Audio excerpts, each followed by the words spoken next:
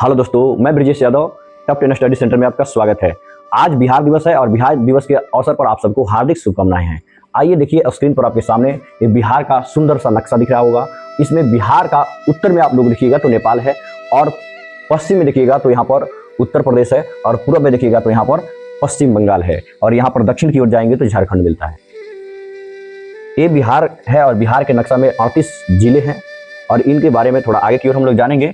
यहाँ पर थोड़ा सा और समझते हैं। आखिर जो हम बिहार का नाम लेते हैं, जो बिहार होता है, वास्तव में जो बिहार है उसे पहले इसे बिहार के नाम से जाना जाता था, क्योंकि यहाँ पर जब राजा अशोक हुए थे तो उस समय बिहार में 84,000 स्तूप बनवा दिए थे। बिहार में ही पूरा भारत में 84,000 स्तूप बनवाए थे, जिसमें बिहार अधिकांश बिहार में ही स्थित था। और इसे जब 12वीं शताब्दी में जब मुस्लिम लोग का साम्राज्य स्थापित हुआ तो उन्होंने इसे बिहार न कहते हुए बिहार कहने शुरू कर दिए। तो ये बिहार का नाम 12वीं शताब्दी में मुसलमानों के द्वारा रखा गया था। देखिए यहाँ पर बिहार के रूप में संदर्भ में करना शुरू किया। यह यहाँ पर 12वीं शताब्दी, देखिए यहाँ पर है 12वीं शताब्दी। पहली बार इसका उच्चारण हुआ था मुस्लिम शासकों के द्वारा, क्योंकि वह बिहार न कह के बिहार कहते थे। यहाँ पर देखेंगे तो यह बिहार राज्य की राजधानी जो है वह पटना है, और पटना जो है वह गंगा नदी के किनारे ही स्थित है, जो काफ़ी प्रसिद्ध और सदियों से एक विकसित नगर के रूप में रहा है। यहाँ पर देखेंगे तो यह बिहार जो है वह 3 अलग अलग क्षेत्रों से मिलकर बना है। देखिए जैसे यहाँ पर मगध है, मिथिला है और भोजपुर है।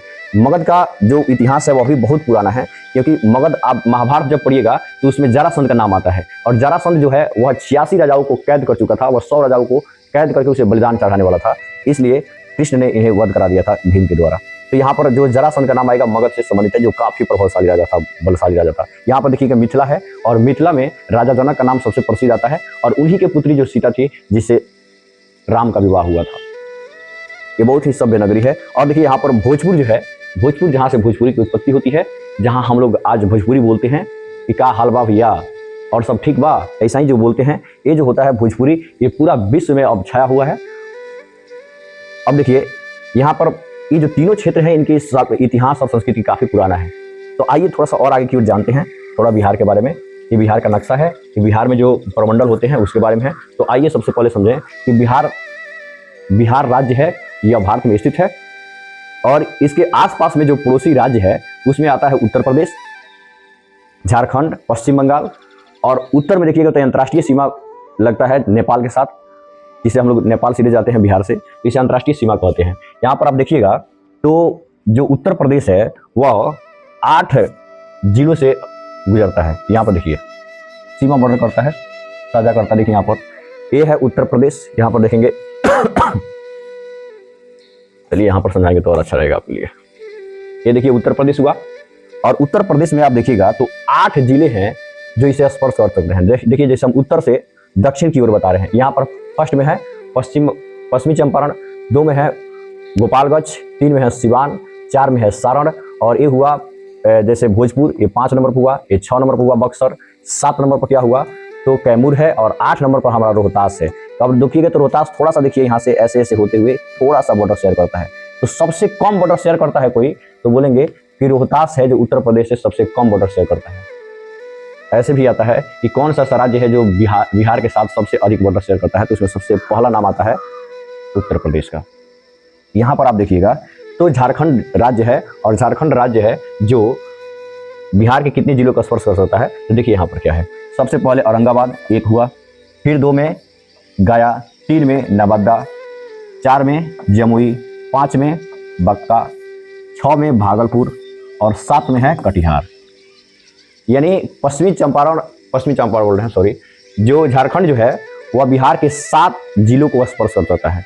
यहाँ पर देखेंगे तो पश्चिमी चंपारण है, और पश्चिम बंगाल, तो पश्चिम बंगाल में देखिएगा तो यह कटिहार को स्पर्श करता है, 1 है, 2 में पूर्णिया, और 3 में किशनगंज। यानी पश्चिम बंगाल जो है बिहार के 3 जिलों को स्पर्श करता है, बॉर्डर शेयर करता है। यहाँ पर देखिएगा अंतर्राष्ट्रीय सीमा की ओर चलते हैं जो नेपाल की ओर है, तो हमारा प्यारा सा जिला पश्चिमी चंपारण है, इसलिए बार बार पश्चिमी चंपारण आ जा रहा है नाम से, ठीक ना। देखिए पश्चिमी चंपारण 1 हुआ, यहाँ पर देखेंगे पूर्वी चंपारण 2, फिर यहाँ पर देखेंगे सीतामढ़ी 3, यहाँ पर देखेंगे मधुबनी, ये हुआ 4, यहाँ पर देखेंगे सुपौल, ये 5 हुआ, फिर देखेंगे अररिया, ये 6 हुआ, फिर देखेंगे किशनगंज, ये हमारा 7 हुआ। यानी यह 7 राज्यों को स्पर्श करता है, 7 जिलों को स्पर्श करता है नेपाल। अंतर्राष्ट्रीय सीमा। क्लियर हुआ। इसमें देखेंगे तो सबसे छोटा कोई जिला दिख रहा है, तो देखिए यहाँ पर शिवहर है ना, सबसे छोटा है। अगर क्षेत्रफल की बात करें कि सबसे बड़ा कोई जिला है तो हमारा पश्चिमी चंपारण आता है, सबसे बड़ा। देखिए इसमें सभी जिलों में से सबसे बड़ा कोई जिला है तो हमारा पश्चिमी चंपारण है। यहाँ पर 2 एसपी बैठते हैं, जबकि कोई ऐसा जिला नहीं है जहाँ पर 2 एसपी बैठते हैं, लेकिन हमारे यहाँ 2 एसपी बैठते हैं, एक बगहा और एक बेतिया बैठते हैं। क्लियर हुआ। देखिए आगे की ओर पढ़ते हैं।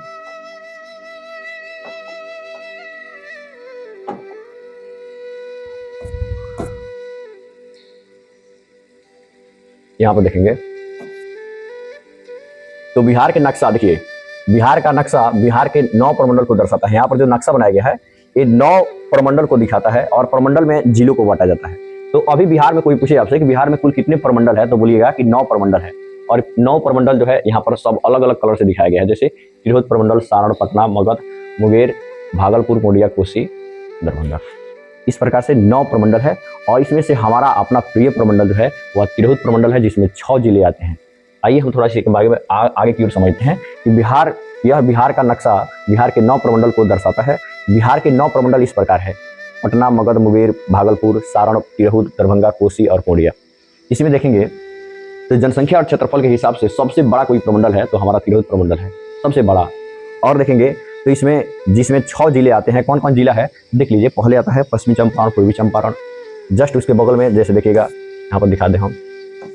देखिए यहाँ पर ये जो कलर में है कौन कौन आता है तिरहुत प्रमंडल में, तो पश्चिमी चंपारण, पूर्वी चंपारण, और यहाँ पर शिवहर, सीतामढ़ी, मुजफ्फरपुर, वैशाली। इसलिए देखिए यहाँ पर एरिया सबसे ज़्यादा है और जनसंख्या भी सबसे ज़्यादा है। तो आज से कोई पूछे कि सबसे बड़ा कोई प्रमंडल क्या है, तो बोलिएगा तिरहुत प्रमंडल सबसे बड़ा प्रमंडल होता है। ठीक। और इसमें कितने जिले आते हैं, तो बोलिएगा 6 जिले आते हैं। अब आइए देखते हैं आगे की ओर, थोड़ा अन्य प्रमंडल के बारे में भी थोड़ा समझते हैं, जानते हैं क्या है।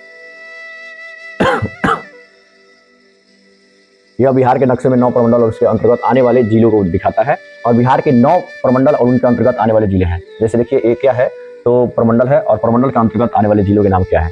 तो देखिए पटना में क्या होगा, तो ये सभी प्रमंडल आते हैं, जैसे कैमूर, रोहतास, बक्सर, भोजपुर, पटना और नालंदा। गया प्रमंडल में क्या है, तो औरंगाबाद, अरवल, जहानाबाद, गया और नवादा। मुंगेर प्रमंडल में क्या है, तो जमुई, शेखपुरा, लखीसराय, मुंगेर, बेगूसराय और खगड़िया। यहाँ पर 4 जो भागलपुर प्रमंडल है उसमें आता है बांका और भागलपुर। पूर्णिया प्रमंडल में है कटिहार, पूर्णिया, अररिया और किशनगंज। कोसी प्रमंडल में सहरसा, मधेपुरा और सुपौल है। मगध दरभंगा प्रमंडल में समस्तीपुर, मधुबनी और दरभंगा है। फिर देखेंगे तिरहुत प्रमंडल में ये अपना प्रमंडल है पश्चिमी चंपारण, पूर्वी चंपारण, शिवहर, सीतामढ़ी, मुजफ्फरपुर और वैशाली। यहाँ पर देखेंगे 9 में तो सारण प्रमंडल है जो गोपालगंज, सिवान और सारण आता है इसमें। इस प्रकार से 9 प्रमंडल है जो यहाँ पर दिखाया गया अलग अलग कलर में। अब इन प्रमंडल में थोड़ा सा और आगे की ओर देखते हैं। यह बिहार का नक्शा है जिसमें बिहार के 38 जिलों का नाम दिया गया है। कौन जिला, इसमें देखिए सभी जिलों का नाम है। यहाँ पर देखेंगे तो अपना पश्चिमी चंपारण है, पूर्वी चंपारण है, शिवहर है, सब कुछ है। यहाँ पर देखेंगे तो पटना भी आता है यहाँ पर। तो देखिए यहाँ पर बिहार का नक्शा बिहार के 38 जिलों को दिखाता है। क्षेत्रफल के अनुसार बिहार का सबसे बड़ा कोई जिला है तो पश्चिमी चंपारण है। और जनसंख्या के आधार पर सबसे बड़ा कोई जिला है तो हम बोलेंगे पटना है। क्लियर हुआ। अगर सबसे छोटा जिला पूछता है तो हम लोग बोलेंगे शिवहर को। क्या बोलेंगे, शिवहर। सबसे छोटा अगर पूछता है तो शिवहर होगा, सबसे छोटा शिवहर, जो तिरहुत प्रमंडल में पड़ता है। और यहाँ पर देखिएगा तो सबसे छोटा, मैं जनसंख्या के हिसाब से बोल रहे हैं, सबसे जनसंख्या देखिए यहाँ पर दिया होगा। बिहार का सबसे छोटा जिला क्या है जनसंख्या के आधार पर। देखिए जनसंख्या के आधार पर सबसे छोटा जिला जो है वह शेखपुरा है। देखिए यहाँ पर शेखपुरा, जो मुंगेर प्रमंडल में पड़ता है। मुंगेर प्रमंडल आता है उसी में पड़ता है, मुंगेर प्रमंडल में आता है, याद रहेगा। फिर देखेंगे आगे की ओर, थोड़ा समझते हैं। तो ये देखिए ये जो नक्शा दिखाई दे रहा है ये बिहार का अक्षांश और देशांतर रेखा को प्रदर्शित कर रहा है कि बिहार का अक्षांश और देशांतर रेखा कैसा है। तो इस नक्शा में देखिएगा तो सबसे पहले कुछ आपको नजर आएगा कि बिहार का सबसे उत्तर भाग जो है, बिहार का सबसे उत्तरी भाग जो है, देखिए यहाँ पर बिहार का सबसे उत्तरी भाग जो है वह पश्चिमी चंपारण है। सबसे उत्तरी जिला जो है पश्चिमी चंपारण। और सबसे दक्षिण में चले जाइए, सबसे दक्षिण में तो गया पड़ता है। बिहार का सबसे उत्तरी जिला पूछेगा तो आप बोलिएगा पश्चिमी चंपारण, सबसे दक्षिण पूछेगा तो गया बोलेंगे, जहाँ पर लोग गया घाट जाते हैं। यहीं पर भगवान बुद्ध को ज्ञान की प्राप्ति हुई थी, बोध गया में, पीपल वृक्ष, बोधि वृक्ष के नीचे। यहाँ पर देखेंगे तो ये बिहार के नक्शा में सबसे अगर पश्चिमी भाग पूछता है तो कैमूर होगा। कैमूर जो है वह पहाड़ी इलाका पड़ता है थोड़ा सा, लेकिन देखिएगा तो यहाँ पर बहुत से खनिज पदार्थ मिलते हैं। यहाँ पर देखेंगे हम लोग तो सबसे पूर्वी भाग जो होता है वह क्या है, तो किशनगंज है सबसे पूर्वी भाग, याद रहेगा। तो किशनगंज सबसे पूर्वी भाग है जो पश्चिम बंगाल के साथ भी शेयर करता है बॉर्डर, और नेपाल जो है उसके साथ भी बॉर्डर शेयर करता है। आगे की ओर देखेंगे तो इसमें अक्षांश और देशांतर रेखा क्या है, देखिए यहाँ पर थोड़ा समझा दें हम। देखिए बार बार हम लोग कंफ्यूज होते हैं, थोड़ा सा बताएं कि भारत का जो नक्शा होता है, और भारत का नक्शा जो है बिहार का भारत जो पड़ता है वह उत्तरी गोलार्ध में पड़ता है और पूर्वी गोलार्ध में पड़ता है। इसलिए हम लोग भारत के जो नक्शा में जो देखेंगे देशांतर रेखा, अक्षांश रेखा, तो उसमें क्या होता है, केवल नॉर्थ नॉर्थ आएगा और ईस्ट ईस्ट आता है।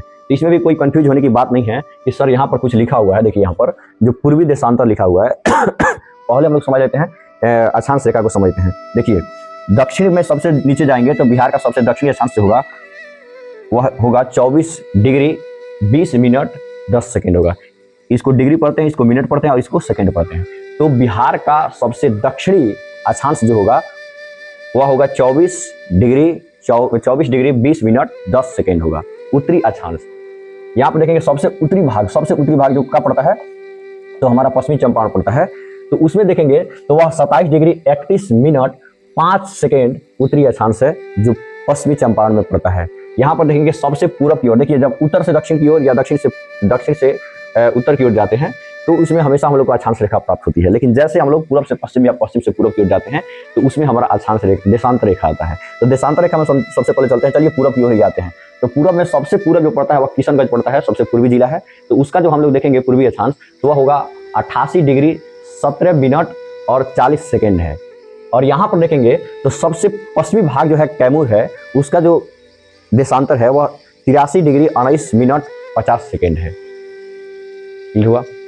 अब इसमें अक्षांश रेखा देशांतर रेखा जो होती है उसमें क्या क्या संबंध होता है, इसके लिए अलग से वीडियो होगा जो बनाएंगे, लेकिन इससे पहले समझिए जो अभी समझा रहे हैं। देखिए आगे की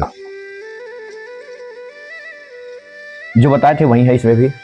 यह मानचित्र बिहार के अक्षांशीय और देशांतर रेखा को स्पष्ट रूप से दर्शाता है। इसमें राज्य सबसे उत्तरी दक्षिणी पूर्वी पश्चिमी जिलों को यह भी दर्शाता है। बिहार का अक्षांशीय विस्तार जो बताए हैं अभी जस्ट वही बता रहा है। इसमें भी सबसे उत्तरी जिला जो है पश्चिमी चंपारण, सबसे दक्षिणी जिला जो है गया है, और सबसे पूर्वी जिला जो है वह किशनगंज है, और सबसे पश्चिमी जिला जो है कैमूर है। क्लियर हुआ। चलिए थोड़ा और आगे वीडियो में मिलते हैं, बताएंगे उसमें कि कैसे बिहार का बंटवारा हुआ था। इतना बड़ा बिहार था लेकिन इसका बंटवारा कैसे हुआ। कि हमारे लिए दुर्भाग्य की बात है कि हम लोग से जो जितने खनिज संपदा वाला भूमि था वह झारखंड में चला गया, और हम लोग केवल उपजाऊ भूमि लेकर रह गए। हम लोग के यहाँ जो उद्योग धंधा था वह नहीं आ पाया उतना, हम लोग केवल कृषि पर ही निर्भर रह गए, जिससे बिहार इतना पीछे चला गया। इसके पीछे हम बताएंगे कि बिहार के पीछे होने का कारण क्या है।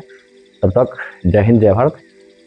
ये जो PDF है वो आपको मिल जाएगा पुनः हम इंस्टाग्राम पर या फेसबुक पर या यूट्यूब पर इसे पोस्ट कर देंगे, आप लोग स्क्रीनशॉट ले लीजिएगा।